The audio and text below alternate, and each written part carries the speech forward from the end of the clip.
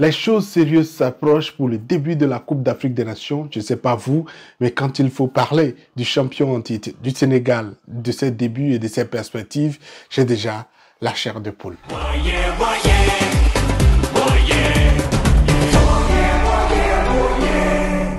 Salut à toi, bienvenue sur ma chaîne, moi c'est Jacques, ici j'analyse l'actualité sportive africaine. Si tu ne l'as pas encore fait, abonne-toi à ma chaîne, active la cloche de notification pour qu'on puisse continuer par être nombreux par ici.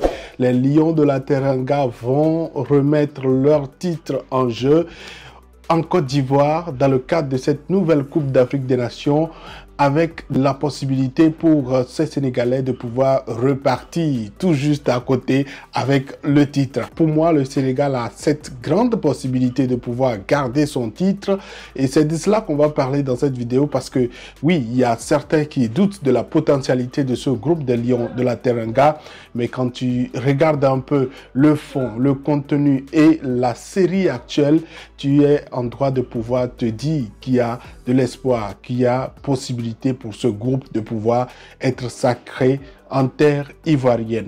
Regardez un peu la série assez intéressante sur laquelle se trouve cette sélection sénégalaise qui n'a perdu aucune rencontre lors de ces éliminatoires de la Coupe d'Afrique des Nations, qui a complètement survolé le groupe L avec 14 points, notamment 4 victoires et puis 2 matchs nuls. Les 2 matchs nuls, c'était contre le Bénin et le Rwanda.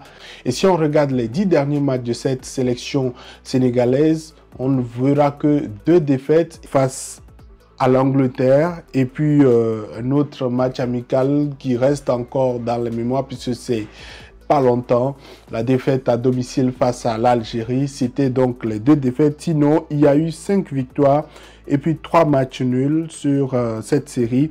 Les 3 matchs nuls, vous vous en souvenez, on parlait bien sûr du Bénin, du Rwanda et puis du Togo, le tout dernier match officiel qui a semé beaucoup de doutes et beaucoup d'incertitudes au niveau donc de cette capacité de ce groupe, mais je pense que c'est parce que les Togolais également sont une bête difficile à croquer pour ces Sénégalais.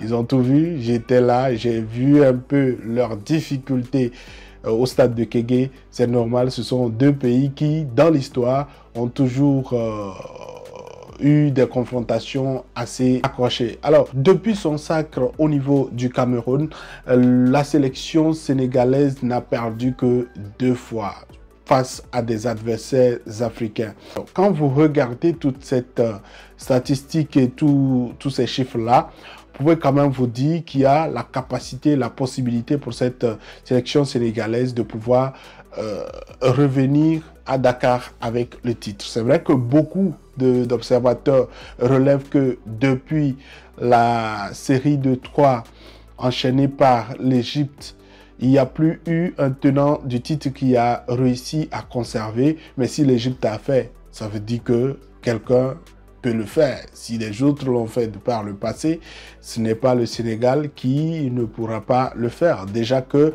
le sacre au Cameroun a complètement tué beaucoup d'analystes parce que on estimait que de toute son histoire, le Sénégal n'avait pas remporté et donc quand il y a une première, on prend goût. Le public a pris goût et le public a beaucoup plus d'exigences par rapport à la qualité du groupe qu'il faut présenter, par rapport à la qualité de la préparation. Pour le moment, à quelques semaines, pratiquement un mois de cette phase finale, il n'y a pas trop de détails au niveau donc de la préparation de la sélection sénégalaise. Sûrement que beaucoup de choses sont en train d'être préparées, mais au niveau officiel, rien n'a été communiqué par rapport au calendrier de préparation de cette sélection sénégalaise, mais on peut se dire qu'il faut déjà se projeter sur le groupe qui va être proposé parce que les sélectionneurs sont obligés de rendre leur liste dans les jours à venir, une liste qui a la possibilité d'atteindre 27 parce que la Confédération africaine de football a fait un rétropédalage après avoir décidé de revenir à la formule de 23. Il y a eu une petite polémique et donc la CAF est revenue sur la possibilité de convoquer 27 joueurs. Est-ce que Aliou Cissé prendra cette possibilité, cette option, ou restera sur une liste de 23. Je pense que pour avoir critiqué cette possibilité de 23, forcément qu'il va élargir sa liste. Alors, que dire de la liste qui va être présentée par le Sénégal au niveau de la Coupe d'Afrique des Nations? On ne restera que dans la phase des supputations parce que dès qu'elle sortira, on pourra faire une meilleure analyse. Alors, je pense que la dernière liste qui a été présentée face au Togo lors de ces éliminatoires de la Coupe du Monde 2026 peut présager un peu de cette liste qui pourra être présentée au niveau de la Coupe d'Afrique des Nations. L'incertitude, c'est déjà la blessure de Nampalys Mendy. On espère que ce n'est pas aussi grave parce que c'est un joueur qui reste assez important, indiscutable au niveau de l'entrejeu du Sénégal. Le dispositif d'Aliou Cissé reste un peu dépendant donc de ce joueur qui reste capital. Il y a également l'absence sur blessure de Sabali qui forcément peut-être est complètement out.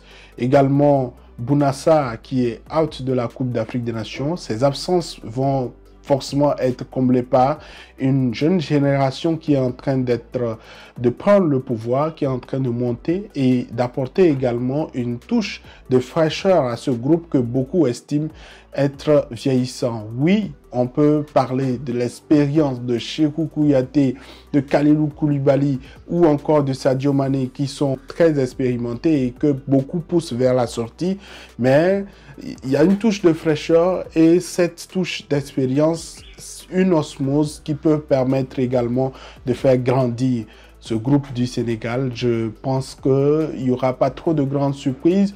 Et parmi les grandes observations, ce sera forcément le jeune Lamine Camara qui a remporté il y a quelques jours le titre de jeune joueur de l'année au niveau des CAF Awards. C'est une très belle positivité, très belle expérience au niveau du Sénégal. On verra complètement ce qu'il en sera au niveau de la Coupe d'Afrique des Nations si les blessures ne viennent pas changer un peu les plans d'Aliou Cissé. Alors, la Coupe d'Afrique des Nations va démarrer pour le Sénégal le 15 janvier et ce sera face à son voisin, la Gambie, qui reste quand même un adversaire à prendre très au sérieux.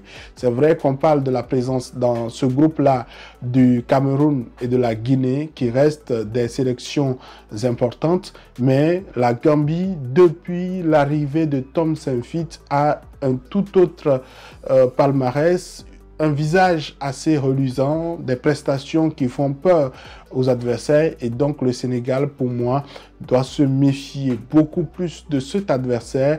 Après donc cette confrontation, quelques jours après, notamment le 19 janvier, ce sera l'une des grosses attractions. C'est vrai qu'il y a eu un match amical il y a quelques jours, mais le Sénégal va retrouver le Cameroun pour une opposition déjà peut-être importante dans le cadre de la qualification pour la suite de la compétition. Et puis la dernière confrontation de cette phase de poule, ce sera face au Syli national de Guinée. D'ici là, on espère que la qualification aurait déjà été acquise et puis la suite, ce sera donc de regarder, de faire des changements pour continuer par faire grandir le bloc équipe. Alors, toutes ces confrontations auront lieu, comme je l'ai dit, au stade Charles Konan-Banny de Yamoussoukro. On espère que les Sénégalais ne vont pas quand même présenter le même visage du début de compétition qu'il y a eu au niveau de la Coupe d'Afrique des Nations au Cameroun. Parce que pour avoir discuté avec beaucoup de confrères au début de cette compétition, beaucoup se préparaient à rentrer à la maison après la phase de poule. Surtout après la deuxième rencontre, il y avait beaucoup d'incertitudes, beaucoup d'inquiétudes, mais Aliou Cissé avait l'air rassurant. Il a rassuré en disant que c'était moteur diesel et qu'il prenait le temps de pouvoir monter un régime. Alors, ma conclusion après donc toute cette analyse, c'est que le Sénégal a toute la possibilité d'aller beaucoup loin, d'aller chercher à conserver son titre. C'est possible. Il faut juste réussir à bien préparer la rencontre, prendre chaque adversaire au sérieux tout en oubliant sa carrure de champion pour réussir vraiment à atteindre son objectif, parce que cette Coupe d'Afrique des Nations peut révéler de grosses surprises si le Sénégal ne fait pas attention à chaque adversaire, à la préparation, à chaque aspect de sa participation.